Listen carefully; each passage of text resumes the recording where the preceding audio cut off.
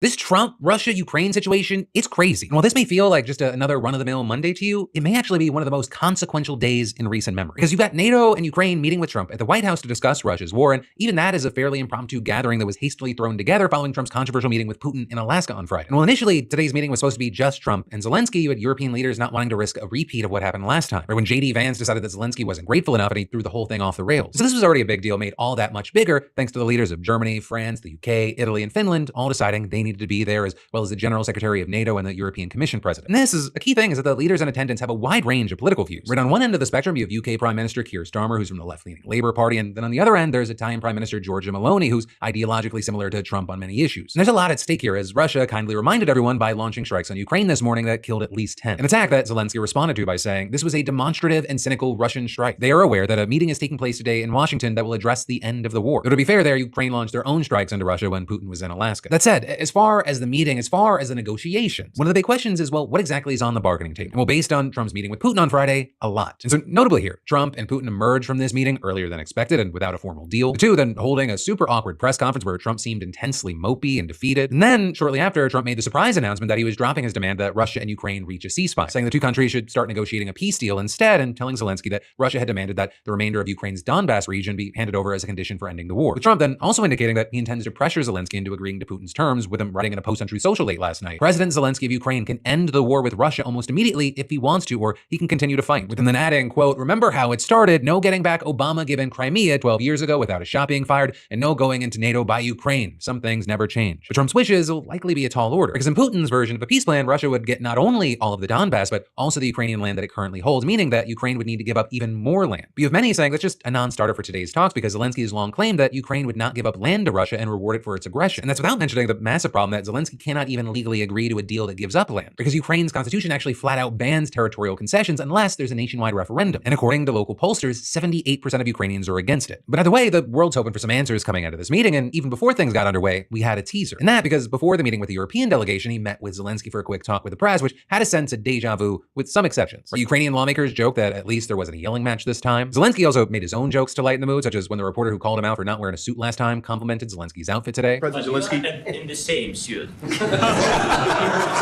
I changed, you are not. The things then getting more serious with questions like whether Ukraine would hold elections after a peace deal, and you had Zelensky assuring that it would happen as long as there were good security guarantees. Right, and that was a central theme to these questions. What exactly does Ukraine want as guarantees, and what would Trump be willing to give? And Trump, for his part, was vague on the matter when asked multiple times. Like, for example, when directly asked if those guarantees would involve U.S. troops, Trump said, "We'll let you know that maybe later today. We're meeting with 7 great leaders of great countries also, and we'll be talking about that. They'll all be involved, but there'll be a lot of help. When it comes to security, there's going to be a lot of help." With Trump then going on to say that Europe would be the first line of defense since they're local, but that the U.S. would, quote, be involved. And when Zelensky was asked what type of guarantees would be needed to form a peace deal, his response was everything. And with all of that, one big thing that's been discussed a lot since Putin met with Trump in Alaska is the possibility of an Article 5-like pact for Ukraine. Because NATO's Article 5 is the meat of the alliance, and it states that an attack on one nation is treated as an attack on all of them. In Ukraine, obviously they want those protections, but Russia has made it very, very clear that it will not accept Ukraine joining NATO, except maybe not. Or because yesterday, White House Special Envoy Steve Witkoff claimed that Russia was open to the U.S. and its allies offering Article 5-like protections to Ukraine. So it sounds almost essentially like joining NATO, and right now, as of recording, it's unclear what exactly that means. And in this meeting, you had Zelensky and Trump largely dodging responding to questions about it. Instead, they said that they would talk about it behind closed doors with the other European leaders. But the meeting did reveal something, and that is Trump is very much pushing for a trilateral meeting with Russia and Ukraine. If everything works out well today, we'll have a trilat.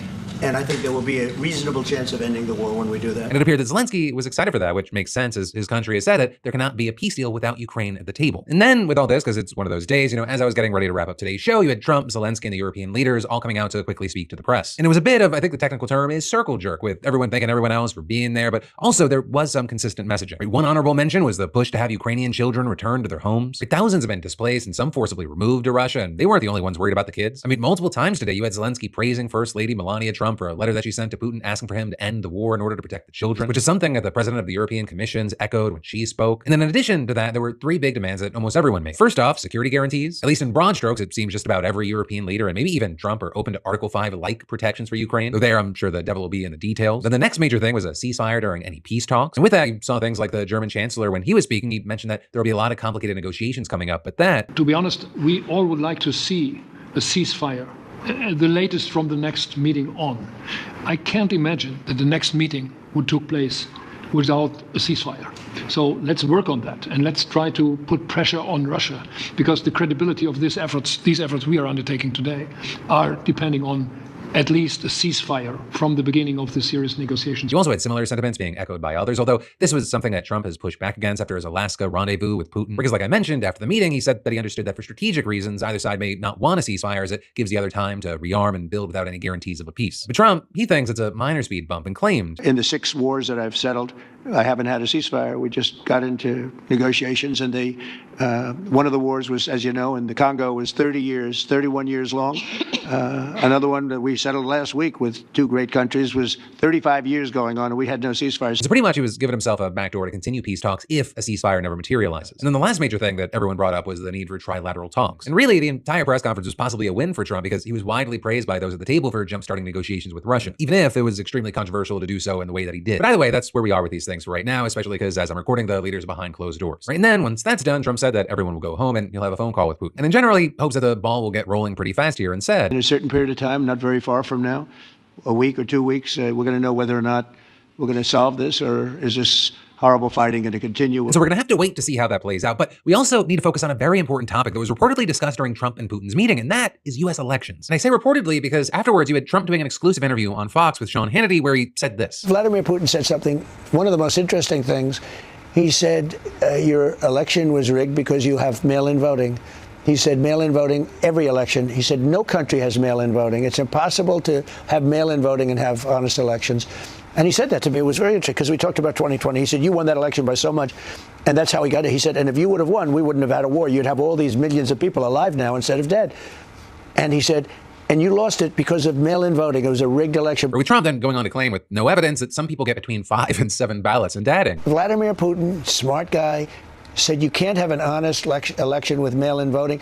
And he said there's not a country in the world that uses it now. So, a lot to unpack here. First of all, it feels like it should go without saying that Trump has still provided zero actual evidence for his claims of fraud in the 2020 elections. And studies have shown that mail-in voting fraud is rare because there are indeed safeguards in place. Hell, even Trump himself literally embraced it during the 2024 election, encouraging his voters to cast their ballots by mail. A move that very likely helped him win, with an official government report by the U.S. Election Assistance Commission finding that mail-in ballots accounted for 1/3 of all ballots cast in the 2024 election. And although it's certainly less than the 43% that they were in the 2020 election, it's still well above pre-pandemic levels. So if Putin really did say, as Trump claimed, that the 2020 election was rigged because it had mail-in voting and that it's impossible to have mail-in voting and have honest elections, then by that logic, Trump's 2024 election would also be illegitimate. But then also, to that point, it would be absolutely fucking wild to be taking advice about democratic elections from Vladimir Putin, a man who has collectively served as the president of his country for around 20 of the last 25 years, a man who himself has won multiple elections that observers have said were marred by fraud, coercion, intimidation, suppression, and plenty of other non-democratic actions. With the U.S. State Department under Biden also finding that Putin's 2024 election was neither free nor fair, saying that it occurred in an environment of intense political repression that has marginalized or completely silenced all independent voices. But then even beyond all that, it's impossible right now to verify what exactly Putin said to Trump here because we don't have any footage or transcripts from that part of the meeting. Well, it's definitely possible it happened. This is all stuff that Trump is claiming that Putin said, and there's no way to know if he actually said these things or if Trump is, let's call it, embellishing. And this is, you have experts noting that it would be kind of nuts if Putin really did say some of the things that Trump attributed to him. For example, Fiona Hill, a former top Trump advisor, explaining. And President Trump asserted in his Fox News interview that there are no countries in the world that allow mail-in voting. Well, Russia allows mail-in voting. And if everybody wants to go out and look, they can look for themselves. In 2020, President Vladimir Putin signed into law Russians being able to vote by mail and also on the internet.